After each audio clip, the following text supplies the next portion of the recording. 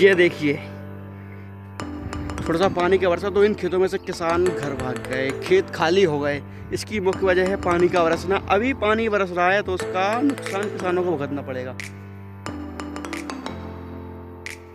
और ये प्रकृति जो खेल खेल रही है किसानों के साथ और सभी लोगों के साथ जो हो रहा है, असमय चीज़ें होना या जिस समय होना चाहिए उस समय नहीं हो पा रही हैं चीज़ें, और जिस समय नहीं होना चाहिए उस समय हो रही हैं। तो इस समय वर्षा का कोई महत्व नहीं है और ना ही कोई समय है। इस समय वर्षा हो रही है तो किसानों को बहुत सारी दिक्कतें आ रही हैं, किसान घबरा रहे हैं कहीं उनका अनाज जो नष्ट नहीं हो जाए। तो इन सब की मुख्य वजह क्या है? बारिश। हे ईश्वर सुने, किसानों की सुने। किसान है तो जहान है, क्योंकि किसान अन्न देता है खाने को, जिससे पूरी जनता उसको खाती है और जीवन यापन करती है। ये चीज़ बहुत ही महत्वपूर्ण है किसानी, तो इसको बचाए रखें, बनाए रखें। अब आपको मैं दिखाऊंगा कि इस पूरे क्षेत्र में जहाँ पे हम रहते हैं, कदवा का पूरा एरिया इधर, आप तो उनको दिखाऊंगा खेतों में किसानों की क्या क्या प्रतिक्रिया हैं।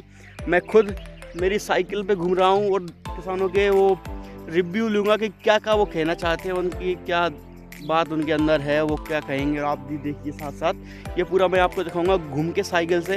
लगभग 10-12 किलोमीटर का चक्कर है पूरा, आपको वो एरिया कवर करेंगे अपन। ओके गाइस, तो सब्सक्राइब टू माय चैनल, और आप नए जो लोग हैं उसको सब्सक्राइब करें। क्या इसका निकल चुका है, इस जो भी किसान है इनका, क्या निश्चित तो घर पे बैठे होंगे क्योंकि इनका खेत का पूरा अनाज पहुंच चुका है घर, और ये बिल्कुल निश्चिंत होंगे। साइकिलिंग का मज़ा ही कुछ और है, बड़ा मज़ा आ रहा है। अभी थोड़ी सी ठंडक है तो अच्छा लग रहा है घूमने में चारों तरफ, और सबसे अच्छा लग रहा है इन किसानों का दर्द जानने में, उनके दर्द में शामिल होने में। तो जो चीज़ दूसरों को बांटने में है, जिस सबसे बड़ा सुख मिलता है दूसरों से बांटने में। कुछ भी खाना हो, दुख हो, सुख हो, तो उसको बांटो दूसरे लोगों में, यही जीवन का सार है। ये क्या कर बैठे आप? ये तो पूरी फसल गाय वाय कटकट हो रही है। कदवाया पहुँचना था, कदवा जाना, इसी रास्ते चले जाओ, पहुँच जाएंगे। हाँ जी। अब खेत पे जा रहेगा? नहीं तो अच्छा बंदा कौन सा स्थान है? झाड़ी। और जब भी आपको कभी टाइम मिले या टाइम मिला करे निकाल लिया करो, टाइम तो ज़रूरी है, क्योंकि इस आज के ज़माने में, इस भागदौड़ की ज़िंदगी में सब लोग लगे हैं कमाने में, ये करने में, वो करने में, करियर बनाने में। अब इन सब के बीच आप सभी लोग या जो भी लोग ये भूल जाते हैं कि हम भी 5 तत्वों से मिलकर बने हैं। We are made in 5 elements of एसएस, पृथ्वी, वायु, जल, अग्नि और आकाश। तो इन चीज़ों से मिलकर हमारा शरीर बना है, तो उस शरीर को भी टाइम दिया जाना चाहिए, क्योंकि ये शरीर वर्जिश मांगता है। इसको वर्जिश नहीं दे जाओगे, पेट बाहर निकल आएंगे, बीमारियां बढ़ जाएंगी, दैट्स इट। फिर आप उसी में लग जाओगे, पेट कम करना है, टाइम वेस्ट वहाँ करना है। तो इससे अच्छा है कि टाइम आप पहले ही इसको बढ़ने नहीं दो ना, ये चीज़ है। तो आप देखेंगे इस गली के दोनों तरफ, इनके दोनों तरफ क्या ये शानदार गेहूँ है। इस गेहूँ की लहराती फसल को देखकर या सुनहरेपन को देखकर किसान इतना आनंदित होता है, उसके मन में इतनी खुशी होती है कि आप कुछ मत कहिए। ये एक किसान ही इसको समझ सकता है, जितने भी मेरे भाई किसान होंगे वो समझ जाएंगे जिसकी इस देखकर, इस बाइल को देखकर या इस खेत को देखकर उसको कितनी खुशी होगी। ये बिल्कुल पक चुकी है, इसको कटने में थोड़ा सा टाइम, 1-2 दिन का टाइम और लगेगा। सुजाता की जो फसल है या गेहूँ है बहुत कम मिलता है आजकल के दिनों में, क्योंकि लोग अब मिलावट की अलग अलग हाइब्रिड बीज आ चुके हैं, 1544 पता नहीं कौन कौन से। ये देखिए, अब इसको पास से अगर देखेंगे तो इसमें अभी तो आपको कोई दिक्कत नहीं दिखाई देगी पानी से। अब आपको मैं दिखाऊंगा कहाँ दिक्कत है। ये बहुत ही शानदार ये फसल है और जिसकी भी है बहुत अच्छी फसल है। किसानों को क्या क्या दिक्कत होती हैं, पिछली वीडियो जो आई थी उसमें भी हमने चर्चा करी थी इस संबंध में।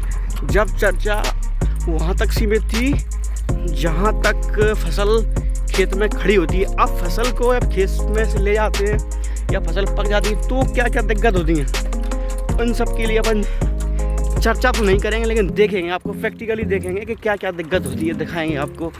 कहीं कोई किसान काट रहा है तो कहीं उसकी रखवाली कर रहा है, तो कहीं कोई उससे चिंतित है पानी आ गया तो क्या होगा। और थ्रेसिंग में तो दिक्कत आती है। फिर थ्रेसिंग में सबसे बड़ी दिक्कत जो आती है वो भूसा का स्टोर करना। वो बहुत बड़ी दिक्कत है, उसमें तो बहुत ज़्यादा दिक्कत आती है। अब आपको इस एंगल से ये दिखाई देगा बिल्कुल, ये देखिएगा, ये देखिए, ये होता है कढ़ाई का सिस्टम। वो ले जा रहे हैं, सिर पर रख के उसमें डालते हैं और नीचे से आ रहा है बिल्कुल। थ्रेसिंग की पहले इतनी अत्याधुनिक तकनीक नहीं थी, लेकिन इतना विकास हो चुका है अब तो कि ये क्या, अब तो हार्वेस्टिंग होती है सीधी सीधी, कुछ नहीं करना अपन को, सीधे जाओ हार्वेस्ट लगाओ खेत में और सीधे ट्रॉली में नाच लगे घर ले आओ। तो ये विकास के उदाहरण हैं जिनसे हमें मदद मिली। थ्रेसिंग तो देख चुके हो, अब आपको दिखाता हूँ हार्वेस्टिंग। हार्वेस्टिंग हालांकि कंटिन्यू नहीं है, रखा है, तो आप क्या हार्वेस्टिंग रखा है यहाँ पर, सिर्फ इसलिए रखा है, ये गांव के बीचों बीच रखा है, तो इसलिए रखा गया है इसको यहाँ पर। इसकी भी किसान को अगर ज़रूरत हो इसकी, तो वो तत्काल से कांटेक्ट करें। पंजाब से आते हैं यहाँ पर बहुत सारे, और जैसे ये सीज़न ख़त्म होता है गेहूँ वाला, तो फिर वापस चले जाते हैं। और फिर वापस जब आते हैं, पहले नहीं आते थे उस समय जब सोयाबीन की कटाई हार्वेस्टिंग से नहीं होती थी, अभी देखा है कि 4-5 साल के अंतराल से होने लगी है, तो फिर दोबारा से आते फिर चले जाते हैं, तो उनके लिए भी यहाँ पर कुछ रोज़गार उपलब्ध हो जाता है।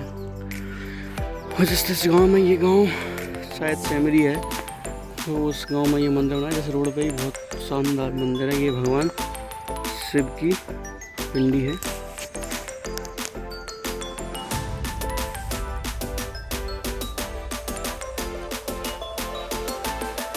अब ये चीज़ देख रहे हैं, ये चीज़ देखो आप पहले ध्यान से, ये चीज़ आपने देख ली। अब ये गांव से ज़्यादा दूर तो नहीं है, लेकिन गांव से दूर ही है, रास्ता है यहाँ के लिए, और ये दूर ही है। अब इसके बारे में, इसका फंडा ये है, इसको गांव वाले बोलते हैं फार्म हाउस। हमने फार्म हाउस बना लिया। तो ये गांव से जो पलायन होने का कारण क्या पता, अब क्या कारण हो सकते हैं, लेकिन लोगों का अपने ही गांव से पलायन हो रहा है शहरों की ओर नहीं, अपने खेतों की ओर। लोग खेतों पर बसने लगे हैं, अपने बाहर के जो जगह होती है खेती मेरे, वहाँ पे घर बनाने लगे हैं। तो ये चीज़ गाँवों को विकसित कर रही है या गाँवों को एक अलगाववाद की ओर ले जा रही है। तो ये वैसा है लोगों का पलायन खेतों की ओर। ये भी सोचने लायक वैसा है कि लोग अपने परिवार को, अपने आस पड़ोस को क्यों छोड़ना चाहते हैं, उनसे दूर रहने की मुख्य वजह क्या हो सकती है। अगर आपको कोई क्लू हो तो कमेंट में ज़रूर बताएं कि इस अलगाववाद के पीछे क्या क्या कारण हो सकते हैं। और वैसे ये गाँवों का मजबूत तो होना नहीं है, क्योंकि इससे गाँव क्या मजबूत होंगे। गाँव मजबूत होगा जब पास पड़ोस के सब सहयोग की भावना उनमें हो, वो आपसी में सहयोग एक दूसरे को करें, समझें, बातों को मदद करें ज़रूरत पड़ने पर।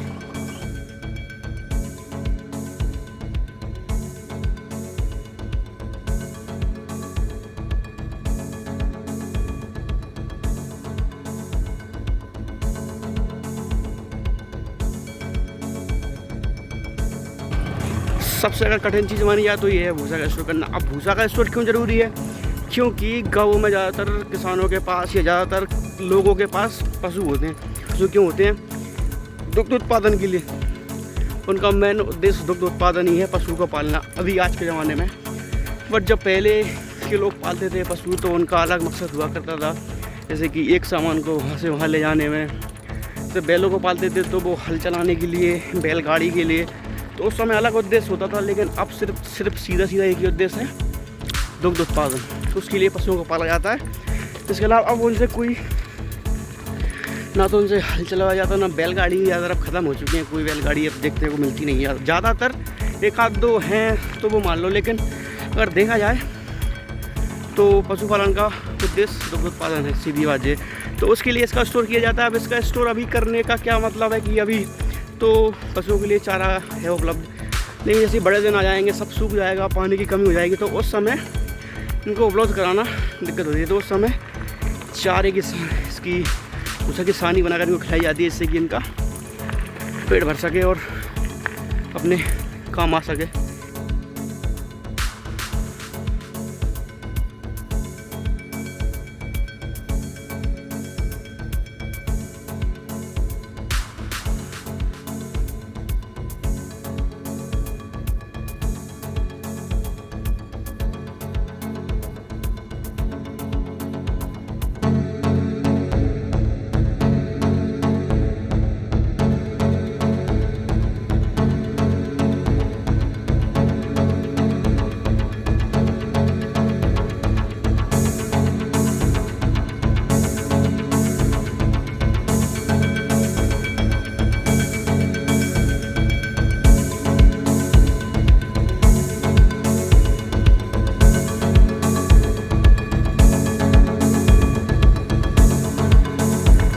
ये होता है वो झाड़।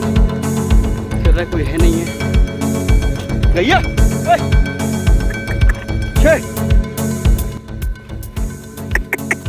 हे चल चल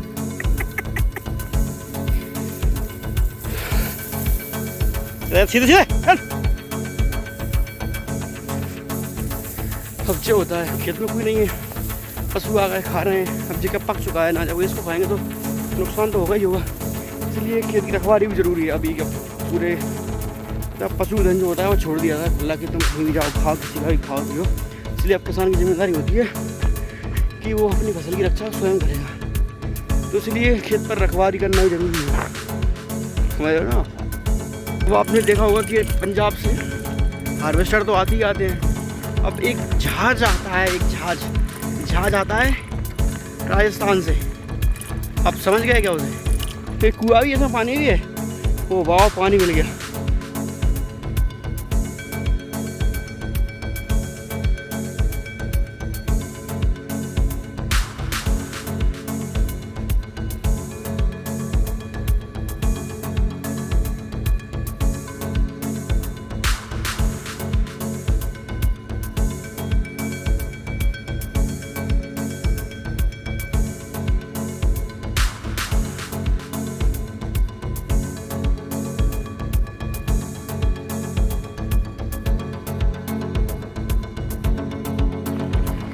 तो शुरू में जब यहाँ से मैं निकला था कदवा से, तो रास्ता का कुछ पता नहीं किया कि कहाँ से जाऊँगा, कहाँ से निकलूँगा। और सबसे ज़्यादा मज़ा तो तब आता है जब किसी अनजान रास्ते पर जाओ, उसके बारे में कुछ अपन को पता नहीं है, उस पर निकलो और फिर सीधे पहुँच जाओ जहाँ पर पहुँचना चाहते हैं वहाँ। और ये थोड़ा सा वो चीज़ भी है कि अगर अब आत्मविश्वास या कॉन्फिडेंस अपन में है तो वहाँ तक पहुँच जाते हैं। तो ये ब्लॉग कैसा लगा आप कमेंट में बताएं, और अगर अच्छा लगा हो तो जो नेक्स्ट ब्लॉग आएगा वो बहुत शानदार होने वाला है, मज़ेदार होने वाला है। तो उसके लिए तैयार रहिए। जब तक के लिए good take care, bye, see you to next blog, okay.